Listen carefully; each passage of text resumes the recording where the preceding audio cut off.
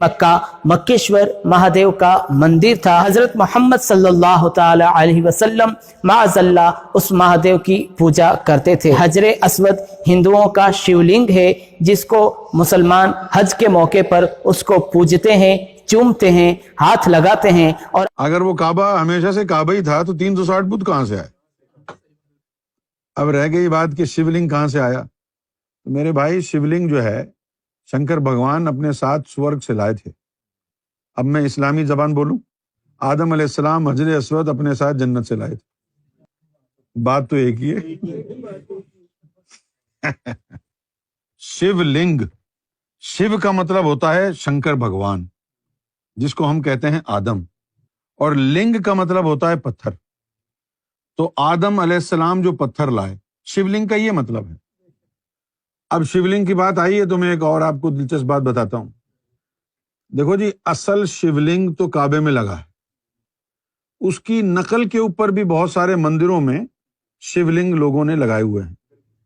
इसी तरह का एक शिवलिंग जो है वो पाकिस्तान में सिंध में एक जगह है उमरकोट। उमरकोट पाकिस्तान में एक मंदिर है वहां, तो वहां भी एक शिव तुमने कहा ये हिंदू भी काफिर है, वो हिंदू किधर से काफिर है? वो तो उसी मूर्त को पूज रहे हैं ना जो रब की है। वो जो बाद में यहूदी आए शरपसंद, सारे यहूदी नहीं, कुछ जिन्होंने अपनी तालीमात में गड़बड़ कर दी थी, जिन ईसाइयों ने अपनी तालीमात में गड़बड़ कर दी थी, उन्होंने अपने रिश्तेदारों के, अपने माँ बाप के, अपने दादा के, किसी ने अपने मामा के, चचा के बुत बना के रख दिए वहां पे। और फिर जनाब वो आते और अपना शुजरा नसब बयान करते, ए फलां इब्ने फलां, ए फलां इब्ने फलां, तेरी ये शान है, तेरी वो शान है, तू ऐसा था, तू वैसा था। ये जो है पूजा पाठ होने लगी रिश्तेदारों की, रब का तो नाम ही नहीं था। और फिर अल्लाह ताला ने कुरान में जब आयत नाजिल की, सहाबा कराम को कहा कि जब तुम हज पे जाओ तो इतनी शिद्दत से अल्लाह का जिक्र किया करो जिस तरह तुम यहां अपने आबा व अजदाद का करते थे। फज़्कुरुल्लाह का जिक्रकुम आबाउकुम औ अशद्दा जिक्रा, कि ये उनका वतीरा बन गया था। अब हिंदू के बारे में तुम्हें जो है मिसअंडरस्टैंडिंग हो गई कि ये साला काफिर है, तो तुम्हें तारीख का तो पता ही नहीं है, और ना तारीख में ये लिखा है। या तो किसी के सीने में शिवलिंग हो, वो झांक के देखे बताए क्या हुआ है, तब तो पता चले। तो बुत की पूजा करना हराम क्यों कहा इस्लाम ने? कि उसकी पूजा की जा रही है, उस बुत की जो रब का नहीं है, जो तुमने अपने माता पिता को बना के भी किधर पता है। वो 360 बुत क्यों थे? वो तुम्हारे मुसलमानों में 360 वली क्यों होते हैं हर दौर में? तो उनका उनसे राबता नहीं था ना वलियों से, इसलिए 360 के उन्होंने मुजस्समे बना के रखे थे। और शिवलिंग उठा लिया था जिब्रील अलैहिस्सलाम ने। तो अब वो कहते कि जो उसके अंदर सूरत है रब की, अब तो हम उससे महरूम हो गए। चलो, जो हमने पहले कभी देखा था ना शिवलिंग में उसकी सूरत को, उसी की तर्ज पर बनाते रहते हैं। हो सकता है कोई एक आध सूरत तो उसे मिल ही जाएगी। इसलिए फिर ये 360 वहां पर मुजस्समे बना के रख दिए, और ये फिर कहानी चलती रही। ये कहानी जो है चलती रही, और कुछ अरसा बाद जो है हिंदू थे उस दौर के, उन्होंने तो अपने वलियों के, अवतार के, इनके मुजस्समे बना के रखे थे ना, समझे। ये जो आ गए ना शरपसंद, कुछ यहूदियों में से, कुछ ईसाइयों में से, इन्होंने अपने माँ बाप, दादाओं के मुजस्समे बनाकर रखना शुरू कर दिए, और अपने माँ बाप, किसी का दादा, किसी का पड़दादा, उसका मुजस्समा बनाया हुआ है, उसको पूजना शुरू कर दिया। इसको इस्लाम ने हराम करार दिया।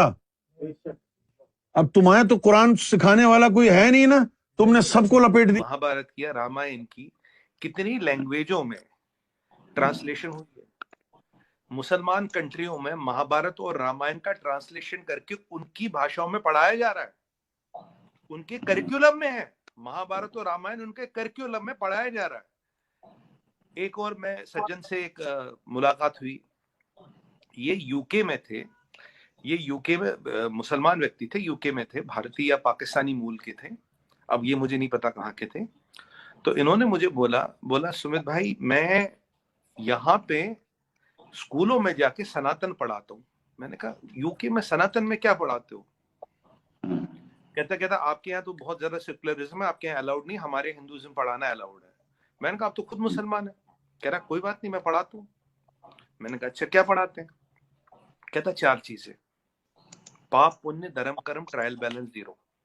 کہہ رہا اگر آپ نے یہ 4 چیزیں بچوں کے دماغ میں ڈال دی، آپ کے یہاں سے 90% کرائم اور دشکرم ختم ہو جائیں گے. کہہ رہا ہندو یہ پیڑ کی پوجا کرتے ہیں، یہ بندر کی پوجا کرتے ہیں، یہ اس کی نیچر کی. آج سمجھ میں آ رہا ہے جس کی ہم پوجا کرتے تھے، آپ اس کو کاٹتے تھے پیڑ کو، اور آپ اس بندر کو مارتے تھے، اور آپ اس سانپ کو مارتے تھے. گلوبل وارمنگ اسی کی وجہ سے ہوا. یہ تو سب کو، یہ تو بہت کلیئر ہے.